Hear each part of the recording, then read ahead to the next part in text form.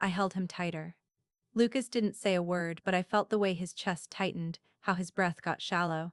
His mother's words sank into him like needles. I could see the flicker in his eyes, hurt, shame, retreat. He was already disappearing, and he'd only just walked through the door. "I'm glad you're home," I whispered into his shoulder. I didn't care that Margaret was watching. I needed him to hear it, to believe it. "You're safe now." His arms were wrapped around me, but his mind was somewhere else, maybe still back there, in the heat and the noise and the sand. Or maybe it was here, right here, where the cold hit even harder. Because the war never really ended for Lucas. It just changed names, changed uniforms.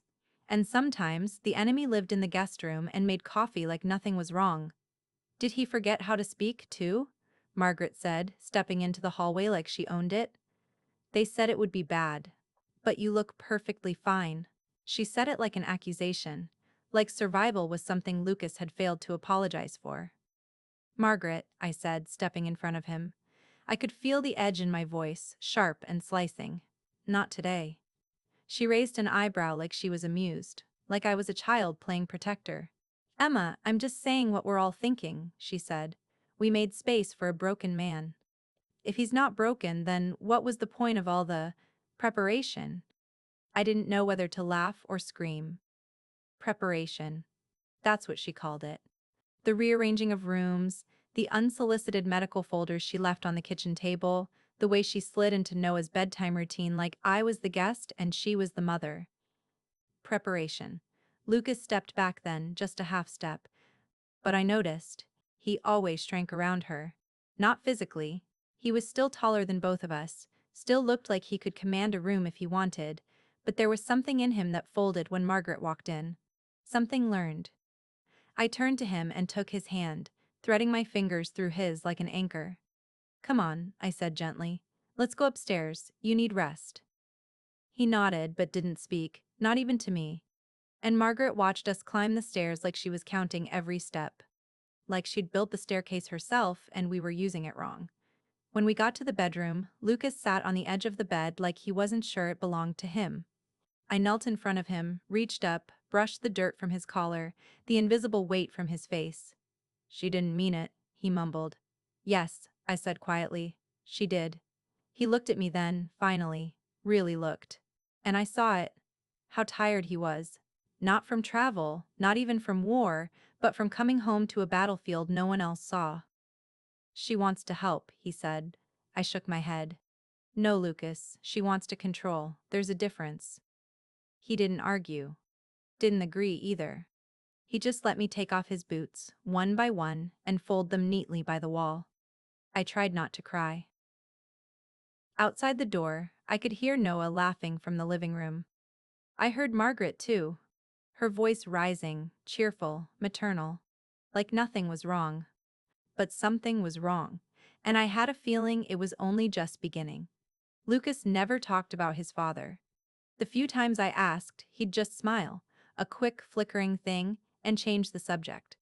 I learned not to push. But you don't have to ask questions when the answers live in the quiet. In the clenched jaw during Father's Day dinners, in the way his fingers hovered over Noah's head like he wasn't sure how to touch gently, like kindness might break him. I saw it again that night, after Margaret went to bed. We were in our room, just the two of us, the glow of the bedside lamp stretching long shadows across the walls. Lucas was staring at the ceiling like it might collapse. His hands were folded over his chest, fists tucked under opposite arms like he was bracing for something. Like he always was. "She said I cried too long," he murmured, voice so low I almost missed it. I turned toward him slowly. "What?" "When he died," he said, eyes still fixed above. "My dad. Heart attack. I was 13. Margaret told me, 'You get one day, that's it, you're the man now, cry later.'" The words hung between us like frost. Cold, mean, familiar. "I'm sorry," I whispered. And I meant it, not just for the moment, for everything that followed. "She took the black suit out of the dry cleaner's bag before I got home from school," he continued, voice hollow. "Said it was time to grow up. Time to hold your sister's hand at the funeral." I didn't even remember if I had cried until she told me I cried too much. His mouth twitched into something like a smile, but it didn't reach his eyes. I reached out and brushed my fingers against his. You don't have to be that boy anymore. He flinched. Just a flicker. Then his hand relaxed in mine. You know what's funny? He said, eyes darting toward me for the first time. She didn't even cry. Not once, not at the funeral, not after. Just reorganized the kitchen the next day like the whole world hadn't just fallen apart. That explained a lot. The tidiness, the control. Margaret didn't grieve. She didn't break. She tightened the bolts and told everyone else to stop making a mess. Lucas exhaled a heavy, tired sound that came from somewhere deep. I thought being gone would be the hardest part, he said quietly. But this coming back, it's like I'm still in it. Just without the uniform. I slid closer, rested my head on his chest. His heart beat faster than it should have. You're not alone anymore, I said. You don't have to pretend, not with me. He kissed my forehead, soft and tentative. Like maybe he didn't believe me, but wanted to. And somewhere, beneath the silence, beneath the broken memories and tight smiles and clenched fists, I felt the wound. The real one. The one no deployment could ever explain. It started long before Iraq, long before metals and sand and gunfire. It started with a woman who taught her son that pain was shame, that love had conditions, that being a man meant never needing anyone even when you did. But he needed me now. And I wasn't going anywhere. It started with a toothbrush. A tiny blue one with dinosaurs on the handle, perched on the edge of the sink next to a second one, red, brand new, probably from some themed pack. I stood there for a long moment, staring at them. My fingers still wet from washing my face, towel slack in my hand. Noah only needed one toothbrush. The next clue was the schedule on the fridge. Neatly printed. Color-coded. Noah's weekly routine. Grandma edition. I read the list 3 times, my eyes snagging on phrases like morning affirmations and quiet time with grandma. No screens. The tone was cheery. The message, not so subtle, this is how we do things now. I opened the fridge and saw her handwriting on the container's 2 labels. Like no dairy. Daddy's stomach. And Noah's favorites, don't forget spoon. Instructions, warnings, corrections. She had reorganized everything. Even the juice was moved. When Lucas came downstairs, rubbing the sleep from his eyes, I handed him a cup of coffee and didn't say anything. Not yet. But then Noah came bounding into the room, hair mussed from sleep, and launched into his father's lap. Hey buddy, Lucas said, holding him close. Did you miss me? Noah nodded but didn't smile. His small hands clutched the hem of Lucas's shirt. Grandma said not to wake you up when you're sad. Lucas froze. I looked at him. He blinked down at our son, something unreadable passing through his face. Guilt, maybe. Confusion. Shame. That one hit hardest. Did she say that? I asked gently, kneeling next to them. Noah nodded. She said Daddy needs naps when his head gets noisy. Lucas's mouth moved like he was going to say something, then he stopped. That was the moment I realized this wasn't support. This wasn't Margaret being helpful or protective or even controlling in her usual, suffocating way. This was something darker. She said I should ask her for help if you get scary, Noah added, almost like he was reciting it. Lucas looked like someone had knocked the air from his lungs. Scary? He repeated, barely a whisper. Hey, I said quickly, brushing Noah's hair back. Your daddy isn't scary, sweetie. He's just been through a lot. He's strong, and he loves you more than anything. Noah blinked, confused. But Grandma said, sometimes, I interrupted gently, grown-ups say things that aren't true, even if they think they're helping. Noah didn't respond. He wriggled down and went to the kitchen table, grabbing crayons. Lucas sat frozen, coffee untouched, arms limp. She's poisoning him, I said under my breath. His eyes snapped to mine. She's trying to help. No. She's trying to take over. And she's using our son to do it. Lucas rubbed his temples. She thinks I'm not fit to. He stopped, voice cracking. She thinks I'm broken. She wants him to think that too, I said quietly. You saw it. She's planting things. She's already changed the story of who you are. He shook his head like he couldn't bear the weight of it. But he didn't argue. Because he knew. The toothbrush. The schedule. The bedtime whispers. It wasn't help. It was sabotage. She laughed at his prescription. Not out loud. Not the full, maniacal kind that echoes through movies. No. Margaret's laugh was quieter. A breath through her nose, a slight lift of her brows, a tilt of her chin. A laugh dressed as pity.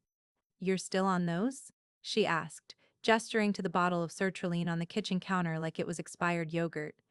Lucas had just come back from therapy. I knew the look on his face, the soft, worn-in blankness he wore like armor afterward.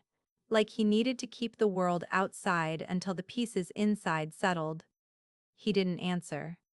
"They dull you," she continued, reaching past him to grab a dish towel. "I read about them. Blunt emotions. Make you slow. Numb." I stepped in before he could.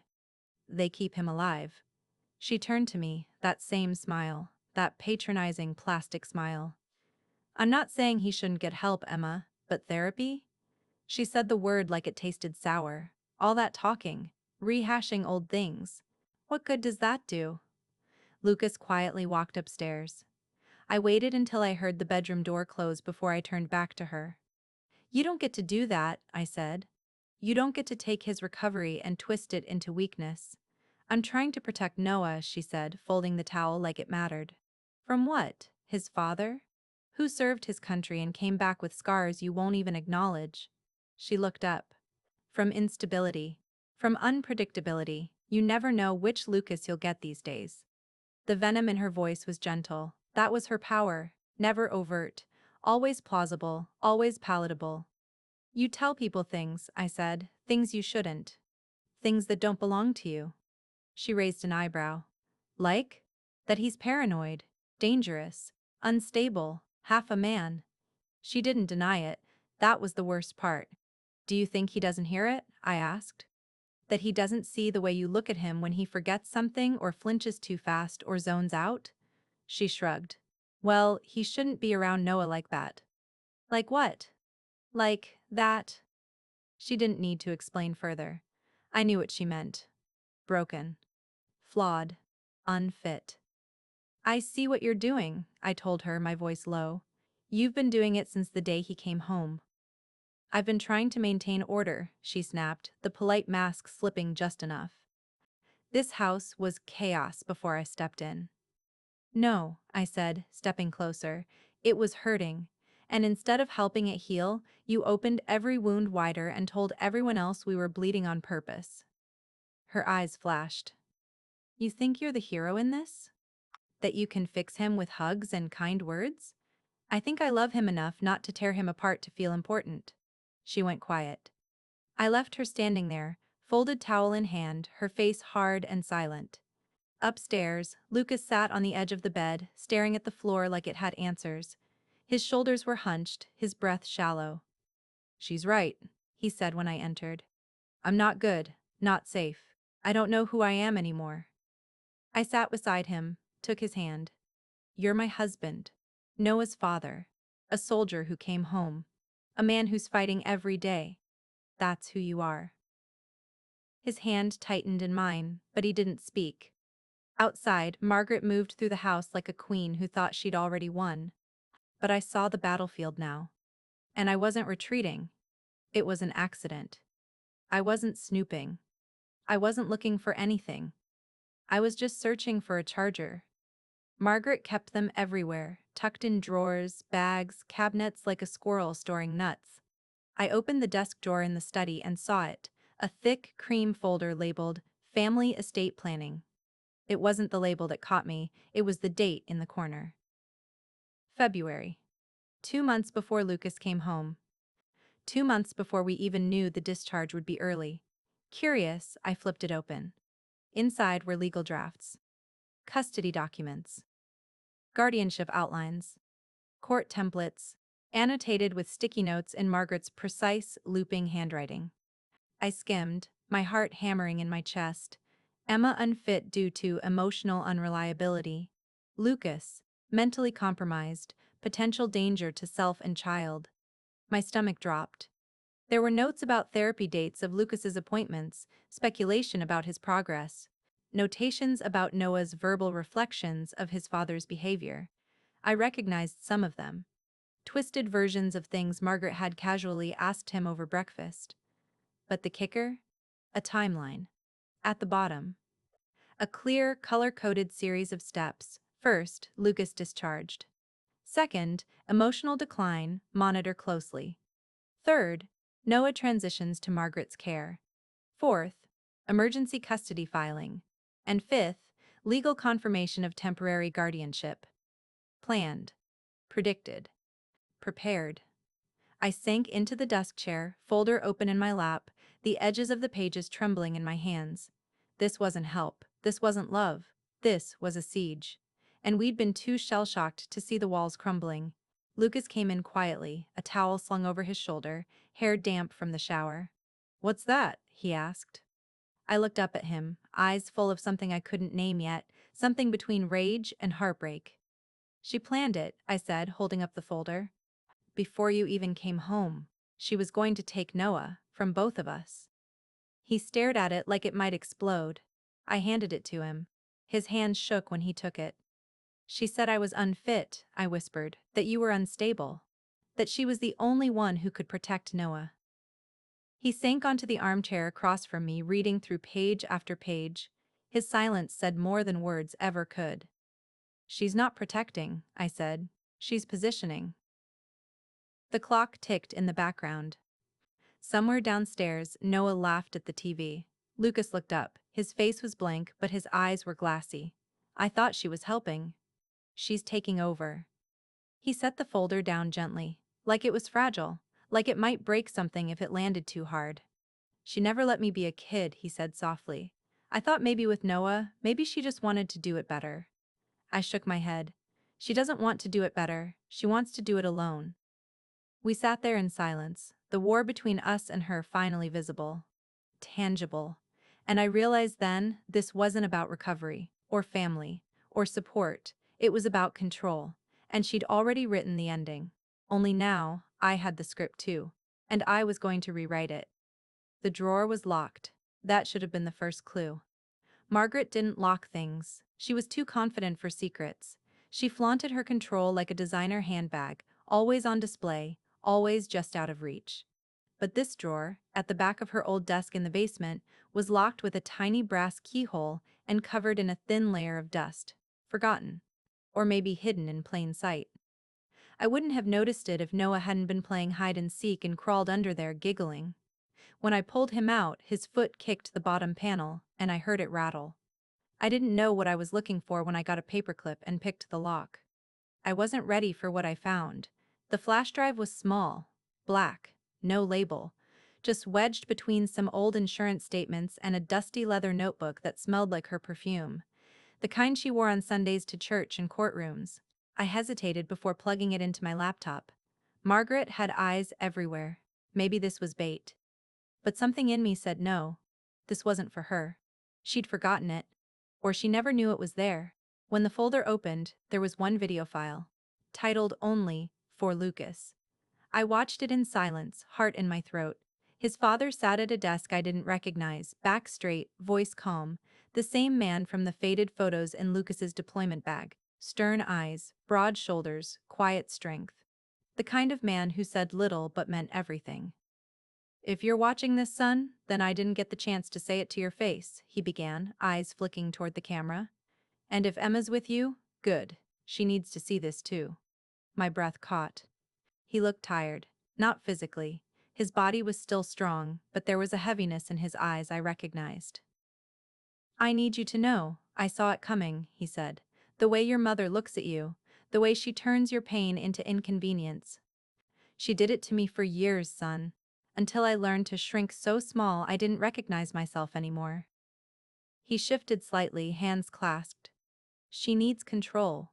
Needs things quiet. Predictable. You were always too much for her. Too loud.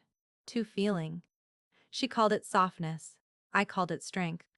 She didn't break me, but she tried. And I fear what she'll become without me here to soften the edges." He reached into a drawer off-screen and held up a stack of papers. This is my declaration. Legal. Notarized. If anything ever happens to you, if your mind takes a turn or the world becomes too heavy, I want Emma to have guardianship over Noah. Not Margaret, never Margaret. I pressed pause. My hand was shaking, my throat burned. I pressed play again. She'll tell people she's helping, he said. She'll wrap poison in protection and make it look like love. But it isn't. I'm trusting you to fight for what's yours. And Emma, thank you. For loving him the way he deserves. The video ended there. I couldn't move. Couldn't breathe. This wasn't just a message. It was a warning. Lucas's father had seen it all before it happened. He'd left us a weapon. A truth strong enough to crack Margaret's version of the story wide open. I backed up the video, copied every document from the folder onto a second drive, and hid both in a place she'd never think to look. When I turned around, Lucas was standing in the doorway. His eyes found mine. And I knew we weren't alone anymore. We had him. His voice. His truth. And the war just shifted in our favor. It started with a knock. Not a loud one. Not the kind that rattles your bones or announces something terrible. It was soft. Polite. Almost apologetic. But when I opened the door and saw the man standing there, holding a thick envelope and avoiding eye contact, I knew. It was official. Emma Carter? He asked, though he already knew. Yes. He handed me the envelope and nodded once. You've been served. The door closed behind me with a click that echoed louder than it should have. Lucas stood in the hallway, towel in hand, mid-shave. I held out the envelope like it was radioactive. She did it, I said. Lucas looked at the packet, eyes narrowing. Did what? I opened it, my hands already trembling. The first words confirmed everything. Petition for emergency custody of Noah Carter. The rest came in waves. Claims of mental instability. Specific references to Lucas's therapy.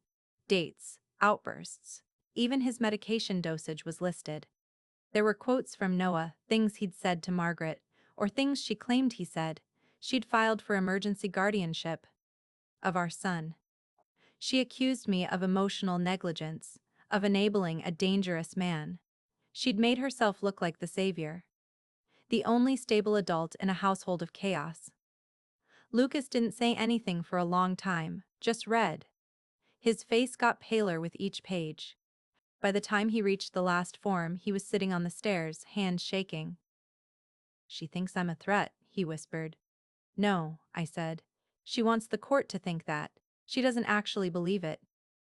He looked up at me, his eyes hollow. Doesn't she? I sat beside him and took his hands, trying to ground him, to keep him from disappearing again. But his voice was already cracking, his mind folding inward. She said I scared him. That I scared our son. She lied, I said. You would never hurt Noah. I raised my voice last week, he murmured. When he threw the juice, I shouted. She was in the room, she was listening. Lucas, you're allowed to raise your voice. You're his parent. That doesn't make you unstable. She'll make it look like it does. I didn't argue. Because he was right. Margaret would take a moment of frustration and twist it into a symptom. A raised voice became a red flag. A missed therapy appointment became a breakdown. A prescription bottle became a warning sign. She's already talked to her lawyer, I said quietly. Maybe even Noah's school. This was planned. Lucas dropped his head into his hands. I should have seen this coming. I should have. No, I cut in. You were trying to heal. You were trusting your mother. That doesn't make you weak, that makes you human. He didn't answer. I sat with him until the light outside shifted, the afternoon slipping into evening. That night, Margaret didn't come over. For the first time in weeks, the air in the house felt still. Quiet. But it wasn't peace. It was war.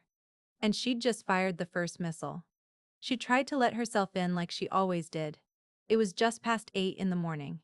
I was making pancakes, Noah's favorite, with the blueberries swirled like galaxies, when I heard the click of the front door. She still had a key. Of course she did. Margaret always had keys.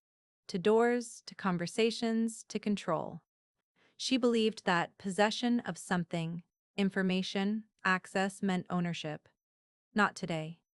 I dried my hands on a towel and walked to the entryway just as she stepped inside, coat already unbuttoned, mouth already forming the kind of greeting that wasn't actually meant to be answered. "Good morning," she said, voice sweet, saccharine. "I thought I'd take Noah to the park for a bit, give you two a breather." I blocked her path. She blinked, confused at first. Then her face tightened. That slow, simmering shift from matriarch to tyrant.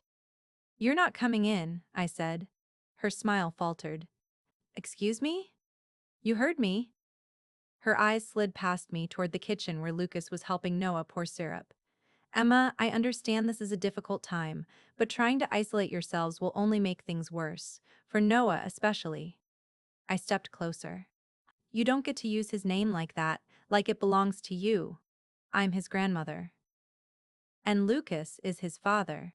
I am his mother. You are neither his guardian nor his judge." Her expression hardened. "If Lucas won't protect that boy from himself, then I will." I didn't raise my voice, I didn't scream. But I moved closer, chest to chest now, and I let the anger come through every syllable. "You don't get to break him and then call him broken." She froze. Something flickered behind her eyes. Maybe surprise, maybe something deeper. I didn't care. "You don't get to spend years chiseling him into something acceptable and then act shocked when the cracks finally show. You don't get to smother him, belittle him, rewrite who he is and then pretend you're the only sane one left standing." She opened her mouth, but I wasn't finished. "You don't get to poison our son against his father and then demand our trust. You don't get to walk into our home like it's your throne. And you don't get to take him." Silence. I saw the mask drop then. Just a flash. The naked fury beneath the pearls and pressed collars. "You're unstable," she hissed. "Both of you. The court will see it." "Maybe," I said. "But they'll also see the flash drive." Her eyes narrowed. "What flash drive?" I smiled. "You'll find out soon enough." She stepped back like I'd struck her. Then, slowly, she reached into her purse and pulled out a folded paper. "You'll be hearing from my attorney." I opened the door for her. "Good," I said. "We'll be ready." She walked out without another word. I locked the door behind her and slid the chain into place for good measure. In the kitchen, Noah giggled as Lucas made a face with the pancake batter. The sound was like sunlight through broken clouds. Lucas looked up at me. "Did she leave?" "She's gone." He exhaled. A soft, stunned breath. And then he smiled. Small. Tired. But real. We weren't safe yet. But for the first time, we weren't running either. It started with whispers. Little things, floating back to us like cigarette smoke from rooms we'd never entered. Someone from Lucas's unit called and asked if everything was okay at home. His commanding officer requested a check-in routine, he said, but his voice was laced with something else. Caution. Suspicion. Then the school called. They said someone, anonymously, had raised concerns about Noah's home life. That there were reports of erratic behavior, emotional volatility, and domestic instability. Phrases only someone like Margaret could use with a straight face. Lucas sat across from me that night, eyes blank, hands trembling around his coffee mug. The steam curled into the space between us like it was trying to fill the silence. "She got my therapy records," he said. "She sent them to the base." I didn't ask how he knew. I saw the envelope. Unmarked. No return address. But inside notes from his therapist. Dates. Diagnoses. Progress reports. Violations stacked on violations. "She framed it like a concerned relative," he said softly. "Said she feared for Noah. That I was slipping. That you were enabling me." I tried to stay calm. But something inside me snapped. Not in a dramatic way. Not with screaming or sobbing. Just a clean, sharp fracture of the part of me that believed things could still be fixed quietly. Noah came home with drawings from school that day.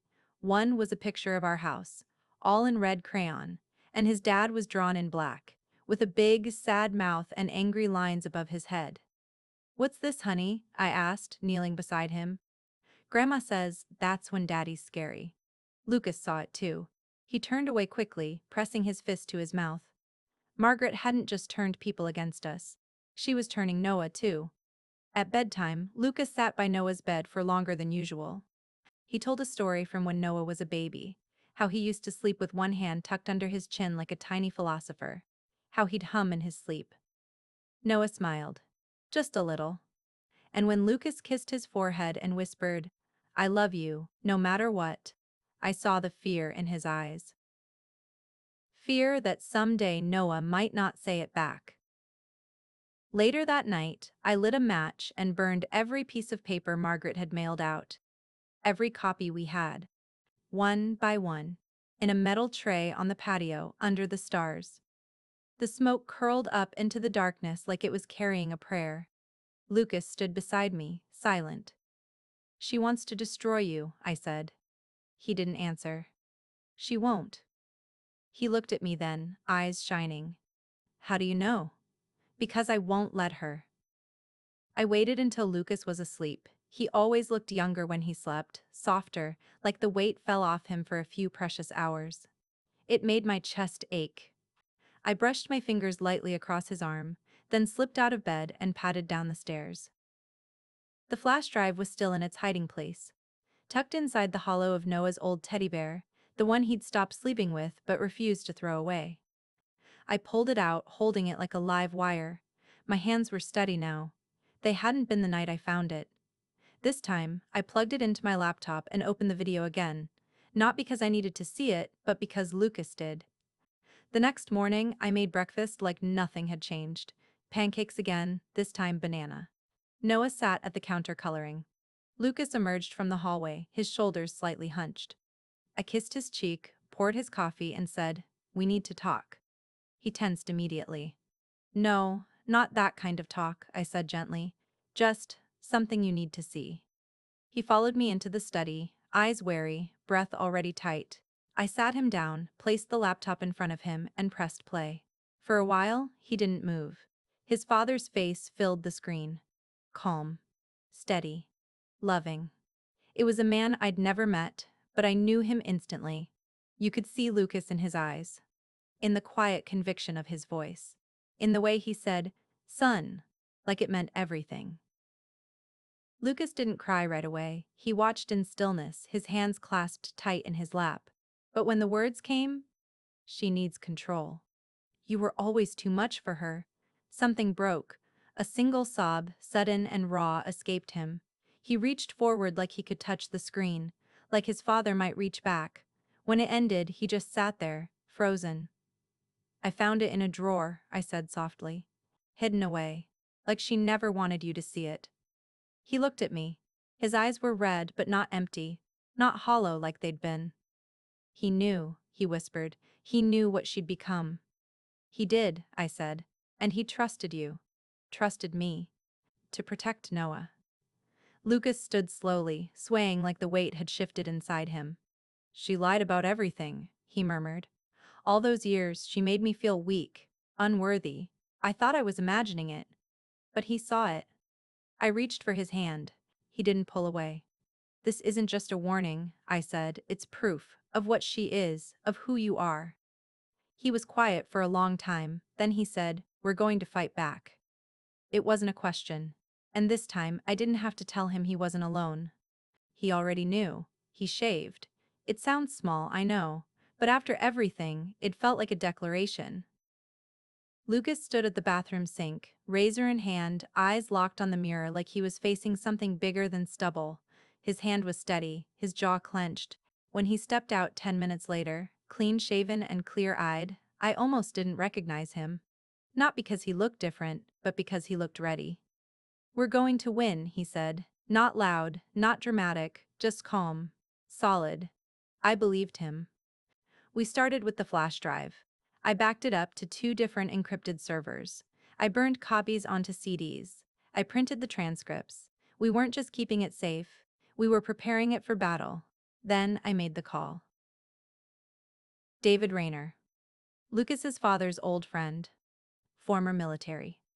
Now a lawyer who specialized in family law and veterans' rights. He'd sent Christmas cards every year, even after Lucas's dad died. I remembered the most recent one, scrawled across the bottom in messy blue ink. "If you ever need me, I mean it." he answered on the second ring. Emma? I've been expecting this. I blinked. You have? Your mother-in-law's been active. I've heard her name come up more than once. It didn't take much to connect the dots. He met with us the next morning. Lucas came too, silent at first, shoulders tight, but by the end of the hour he was leaning forward, engaged, speaking with a clarity I hadn't seen in months. David didn't flinch. He listened to the whole story, watched the video twice, took notes, nodded once when it ended. We can build this, he said. But it's going to take more than a recording. We need testimony. Records. Patterns. People who've seen her behavior. I have names, I said. I did. The preschool teacher who had once gently asked why Noah referred to Margaret as his main adult. The neighbor who saw her screaming at Lucas through the window one afternoon. The pharmacist who once called me to ask if I was aware someone had tried to refill Lucas's prescription without permission. Margaret. David set up a secure server and began documenting everything. Every incident, every record. Every piece of her that had slipped through the cracks because we weren't ready. We were ready now. I started recording our conversations with her. The ones she didn't know I could hear when she called her lawyer from the garden and coached him on how to phrase Noah's statements. When she muttered into her phone, "If we can get the judge to believe he's volatile, we won't need more than a hearing or two." Lucas's therapist agreed to submit a statement. So did the grief counselor from the VA who'd worked with his father. And slowly, piece by piece, Margaret's fortress began to crack. She hadn't planned on us fighting back. She hadn't planned on a dead man's voice rising from the grave to defend his son. And she sure as hell hadn't planned on me. But I was here. And I was done being quiet. The courtroom smelled like old paper and anxiety. Lucas sat beside me in a navy suit that didn't quite hide how thin he'd gotten. His hands rested flat on the table, palms down, steady but pale. I could feel the tremble in his leg beneath the wood. But his jaw? That was steel. Margaret entered 15 minutes late. She wore pale gray, soft maternal. A pearl necklace. Her hair curled just so. She looked like she belonged on a greeting card. Like she was about to receive a civic award. She smiled at the judge. "Thank you for seeing us, Your Honor," she said sweetly, voice like silk. And then she began. "I'm here because I'm worried. My son has been through trauma, yes, we all know that. War leaves scars. But lately, it's been different. The mood swings, the outbursts, the confusion. I've witnessed it firsthand, so has my grandson." She turned slightly to glance at Noah in the back, sitting with the school counselor. He was coloring. Unaware. "And Emma," she continued, "she means well, I believe that. But love can blind you.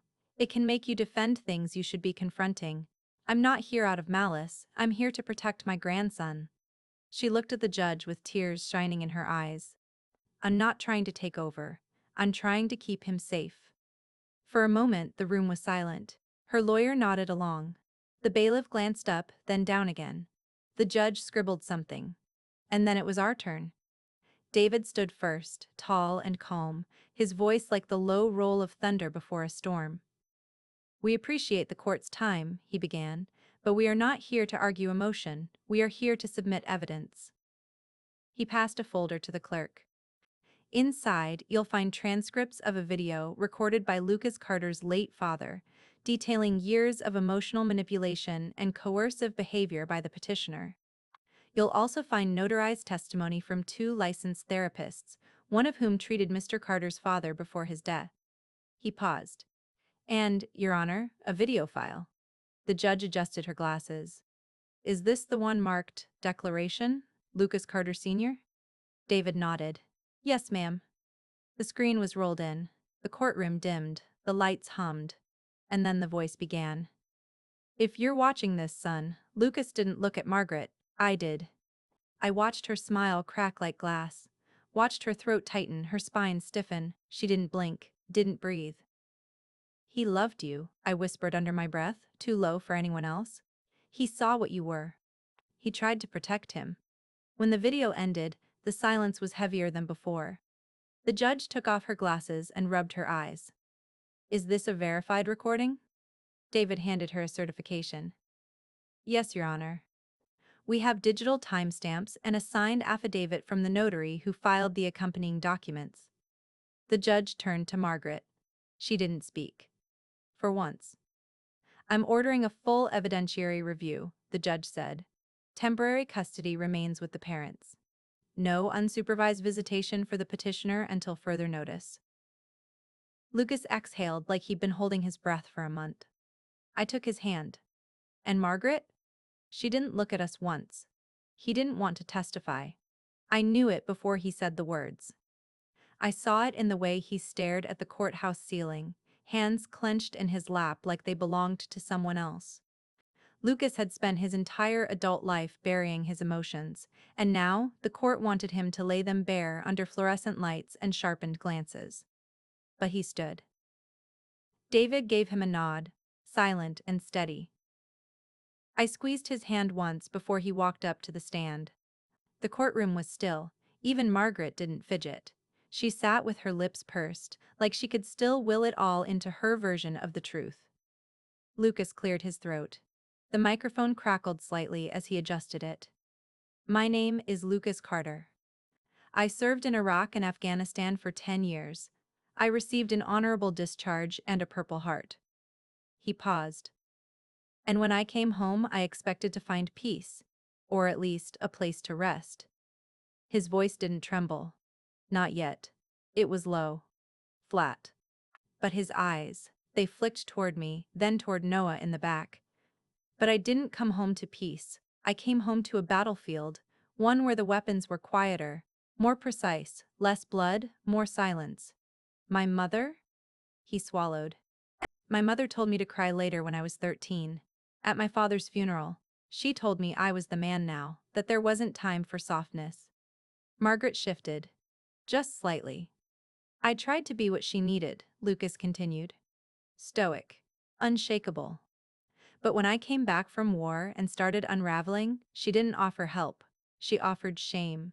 She told my son I was scary. She told my wife I was broken. She filed court papers before I even unpacked my bag. He looked at the judge. She didn't do this out of love. She did it because she hates not being in control. And when my father died, there was no one left to check her. Another pause. This one deeper. I go to therapy. I take medication. I'm not ashamed of that. I'm trying to heal. But it's hard to heal when someone keeps reopening the wounds and telling everyone else you're bleeding on purpose. His voice cracked then. Just a hairline fracture. But it held. I'm not a danger to my son, I'm his father. I read him stories every night. I braid his hair when he asks. I'm there, even when it's hard, especially when it's hard. He turned to the judge. And my wife Emma? She's the reason I'm still standing. She saw what my mother tried to do and fought back. When I didn't have the strength to, she did. He looked back at Margaret. She says she's protecting Noah. But what she's really doing is punishing me for surviving without her. Silence. Then the judge spoke. Thank you, Mr. Carter. That was illuminating. Lucas stepped down. He didn't look at Margaret again. But I did. And for the first time, she didn't look smug. She looked afraid. The courtroom felt colder when it was my turn. Maybe it was the air conditioning. Maybe it was her eyes. Margaret stared at me like I'd betrayed her, like I was the ungrateful daughter she never had. Her lawyer shifted his papers, preparing to play clean, but I could already feel the dirt on his fingertips. David gave me a small nod before I walked up. Calm. Controlled. My heels echoed louder than I expected. I took my seat and faced the attorney who had been spoon-fed every lie she'd been serving for months. He smiled like he was doing me a favor. Mrs. Barr. Carter, you've claimed that your mother-in-law, Margaret, has interfered in your household, that she's manipulated your son, undermined your husband, and created an environment of distress. Do you have proof of any of this? Yes. He raised an eyebrow. Other than the video. I have transcripts of her calls, recordings of her coaching Noah on what to say, testimonies from neighbors, therapists, and teachers. Would you like me to list them in alphabetical order or by date? His smirk faltered. I waited. He cleared his throat. You've been recording private conversations? When someone starts trying to steal your child under the guise of concern, yes, you start documenting things. He stepped back slightly. Tried a new tactic. Would you say you've been emotionally compromised during this process? Of course I have, I said. Any mother would be. Have you ever raised your voice at your son? Yes. Have you ever argued with your husband in front of him? Yes. He smiled like he'd caught me. And do you consider that stable parenting? I consider it honest parenting, I said. We don't pretend in our house. We don't lie to Noah and call it protection. Margaret shifted in her chair. The lawyer paced. Let's talk about Lucas.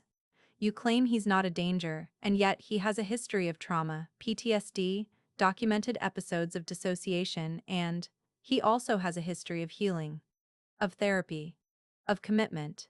He has never harmed anyone. Not me. Not Noah. Not himself. But you're saying his mother, who has no such history, is the unstable one? I leaned forward, my voice colder than I intended. She has a history of something much worse, manipulation disguised as love. Can you be more specific? Yes, I said. She isolated Lucas from his father. She punished him for grieving. She has tried to take my son from me. And she has lied to this court, to our family, and to herself, so thoroughly that she doesn't seem to know what's true anymore. There was a pause. A crack in the script. He looked down, flipped a page. Why didn't you go to the police? Because I didn't want a war, I said, but she declared one anyway. The judge leaned forward. I have one question for you, Mrs. Carter. In all of this, what is it that you want? I looked at Lucas. At Noah, now asleep in the counselor's lap. I want my family, whole, safe, and free. The judge sat back. Margaret didn't meet my eyes, because for the first time there was nothing left for her to twist. The judge returned after a recess that felt like a lifetime. Everyone stood. The bailiff called her name like it meant something sacred. Lucas reached for my hand, and I held it like a lifeline. Margaret sat 2 rows behind, her lawyer whispering in her ear like prayer wouldn't help anymore. The judge didn't waste time. I've reviewed the evidence, she said, voice level. The video testimony, the affidavits, the transcripts. The court finds that there has been a sustained, intentional effort by the petitioner, Margaret Carter, to undermine the parental authority and mental well-being of both Lucas and Emma Carter. I felt Lucas's grip tighten around my hand. Full legal custody of Noah Carter remains with his parents. Effective immediately, Margaret Carter is barred from all unsupervised visitation. Margaret flinched. The judge wasn't done. A formal restraining order will be issued, restricting contact and access to Noah Carter's school, medical providers, and residents without prior approval. Any future petition filed by the petitioner will require a psychological evaluation before being considered. There was no applause, no dramatic music, just the sound of papers shuffling and lives changing in quiet, final ways. I didn't turn to look at Margaret. I didn't need to. I knew the exact expression she was wearing, tight-lipped, confused, like the story she wrote had turned on her in the last act. Because it had. The judge looked at us. Her tone softened, just a little. This court recognizes the courage it takes to fight back against manipulation cloaked in family concern. Mr. Carter, thank you for your service and for your honesty.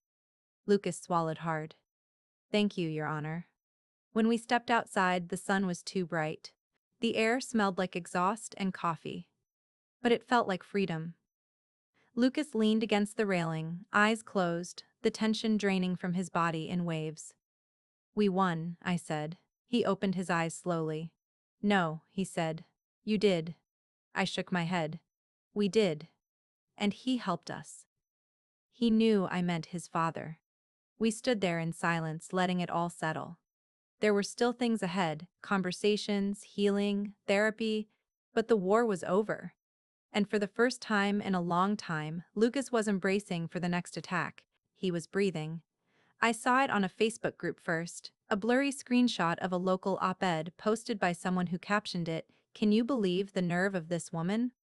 I didn't even need to read the byline. I knew the writing, knew the tone. Knew the way Margaret made her words sound noble and wounded and utterly damning. "She's not done," I muttered, tossing my phone onto the kitchen counter. Lucas looked up from the stove, where he was cooking eggs. "What?" She wrote an op-ed. "About us." He blinked. "Us?" "Not by name," I said. "But it's there. My veteran son, lost to mental instability and a manipulative wife." That's a direct quote. He turned off the burner without a word. She'd called him unstable. Again. Claimed that I'd turned him against her. That Noah was caught in a toxic web of resentment and trauma.